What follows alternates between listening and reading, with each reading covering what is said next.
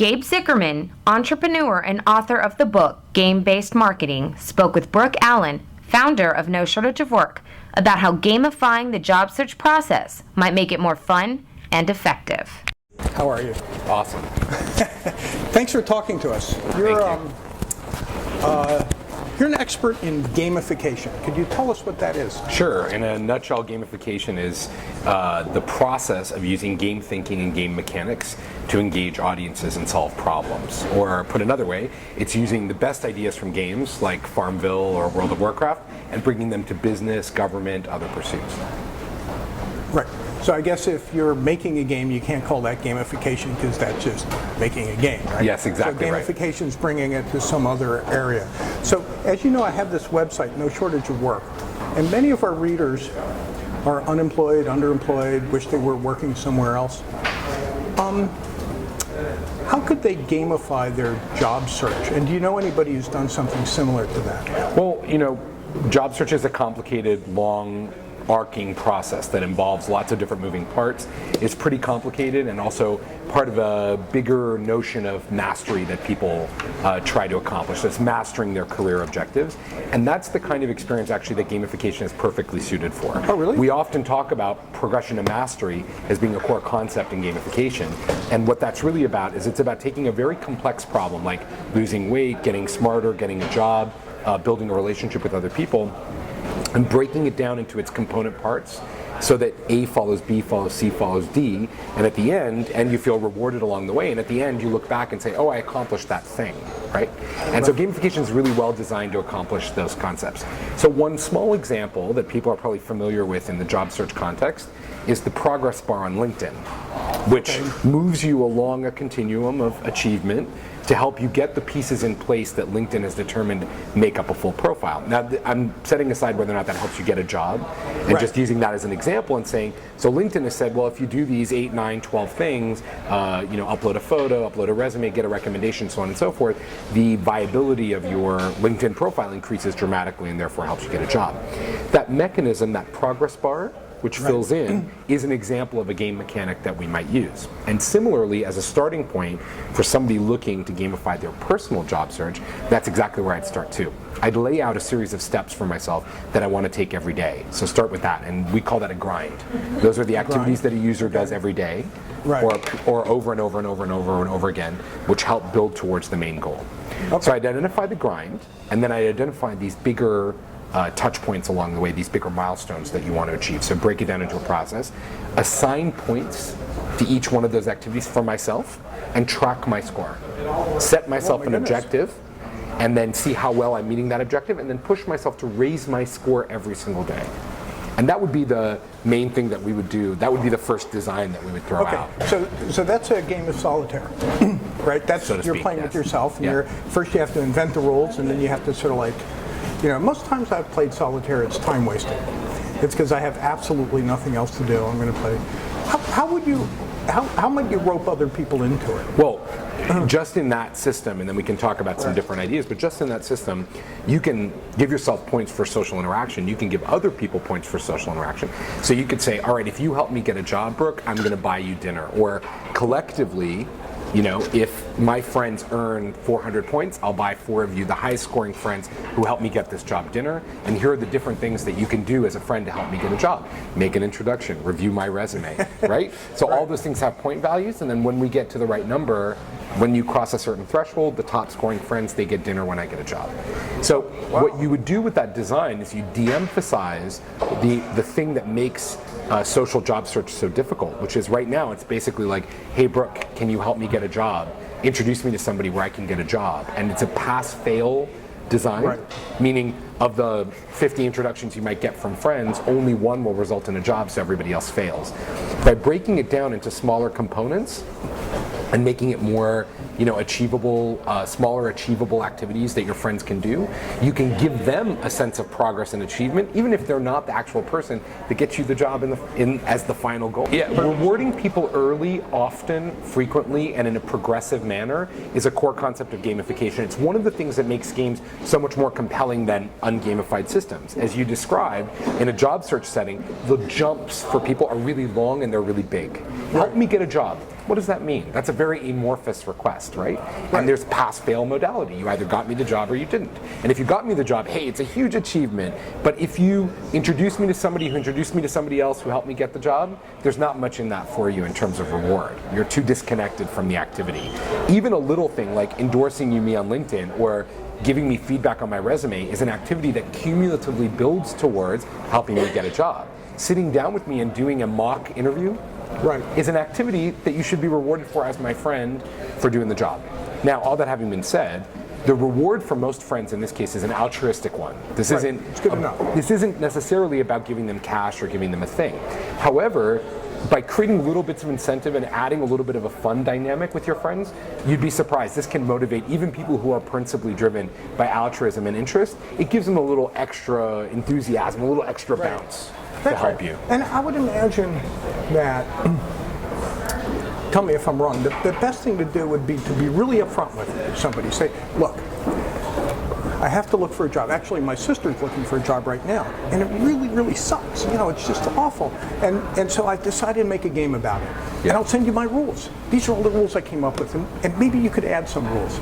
So, like, if you could just get me 3 people, any 3 people that I could take to lunch and have a conversation about work, then I'm going to buy you 6 lottery tickets. Right. Or I'm going to go donate a day's worth of work to a charity of your choice.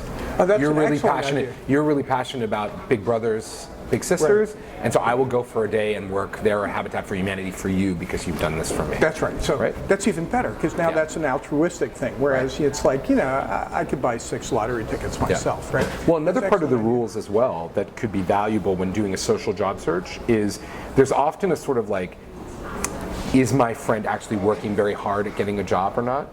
Right? So there's a little bit of social proof.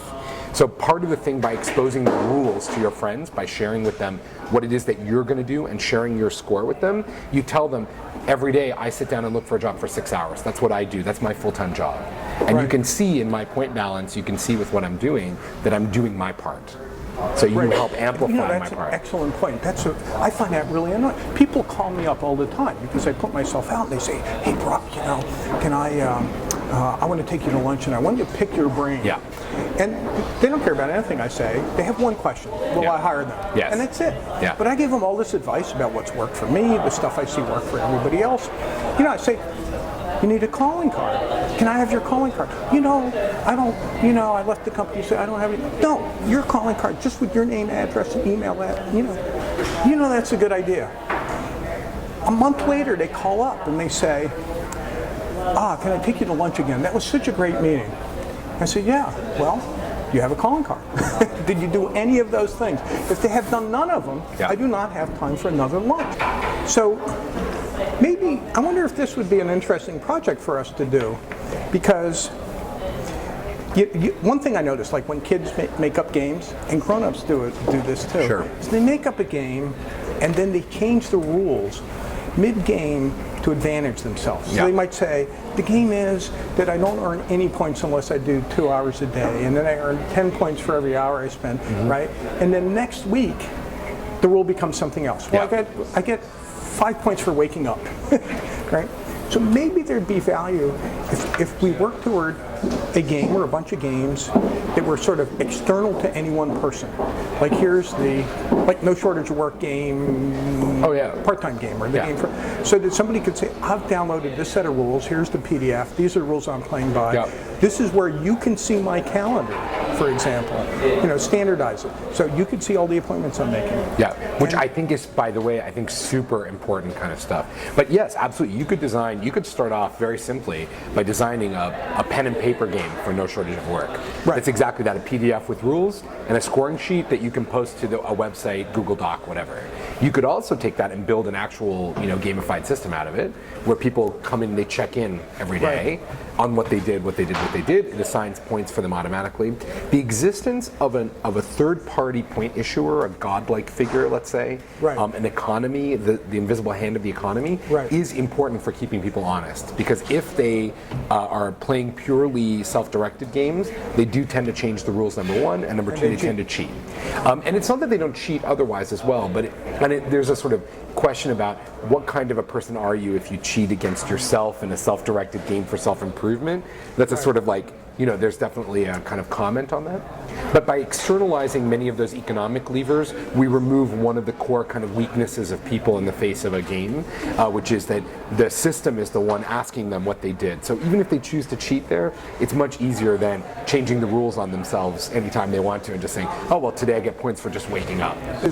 So how do we get a third party to do that? Well, why isn't this just a huge market? Well, I don't really know why no one's built the job search game. In fact, now that we're talking about it, to be honest, it's obviously an opportunity.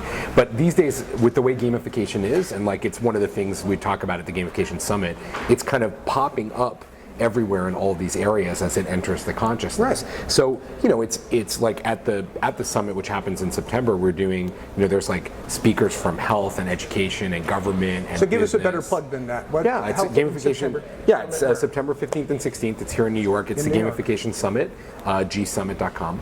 Okay. And it's, so we bring together all these different thinkers on the subject of gamification from all these disparate areas. And what you realize, similar to the example that you've been talking about for No Shortage of Work, it's a new idea that takes, old concepts, marries them with new technology and an eye towards people's psychology. And so it's coming up in all these industries as a sort of new hot topic that's driving behavior.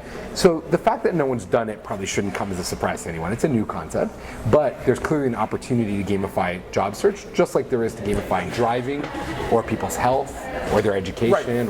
So go ahead, explain flow. Yeah, so flow is the state where you lose track of the outside world and become one with the experience that you're in. And everyone's had an experience of flow at one time or another in their lives, listening to music, dancing, cooking, doing yoga, something like that. Right. And the core concept, which is explained by Csikszentmihalyi in his research, is that we enter a state of flow when we're in a system over a period of time where we're between anxiety and boredom.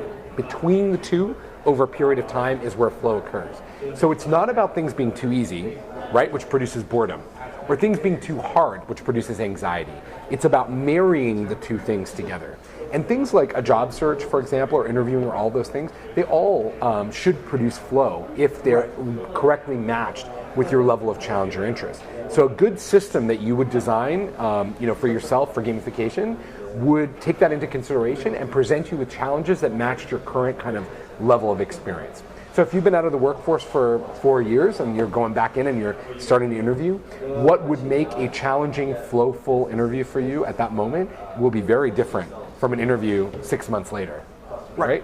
Because it's a learned skill, it's getting on a bike. So that has to be part of the progressive experience. Yeah, so in a way, an example might be, you appear to be in flow now. I mean, the words are just coming, you're talking about something 100%. Right? But you're excited, you're not bored, even though it is something you're talking about. Whereas if I were searching for a job, I can tell you my default mode would be a combination of boredom and anxiety. Oh yeah. I'm bored waiting around for people to call, I'm checking my email, every little distraction, there's a program on TV, and that's pretty awful. I mean, I can't get anything done. There's no question. That's a really interesting insight, Brooke. It's absolutely boredom followed by anxiety, followed by boredom, followed by anxiety. Absolutely no question about it. Yeah. So you have to unpack that. So part of it is rethinking what the day looks like for a job seeker in a way that produces flow, that optimizes the types of challenges they're being given, the experience, the timing of those things, the pacing of those things, and the increasing difficulty of them. And it may very well be that interviewing may be the pivot for that. As we're talking about, I'm starting to think maybe it's where interviewing is where you can act the most on that behavior. So it's about setting up interview challenges that become progressively more complicated. Right. And we've all been there. And I know you're an expert at setting up interviews that are particularly challenging for people. But it's we've all been in states where we've had the interview that's been amazing, right? Where it's just been where you just ace it. And not just about acing, it's also about being in the moment with it. Right. Not sitting there the whole time thinking, oh my God, what does he think about what I'm wearing? And are we connecting? No, you connect. And the questions come naturally and the conversation flows naturally. So we can not fake that experience, but we can certainly replicate that experience to help a potential job seeker get the valuable experience that they need. So Gabe, I really want to thank you for this. Thanks so much, Brooke. Thank you.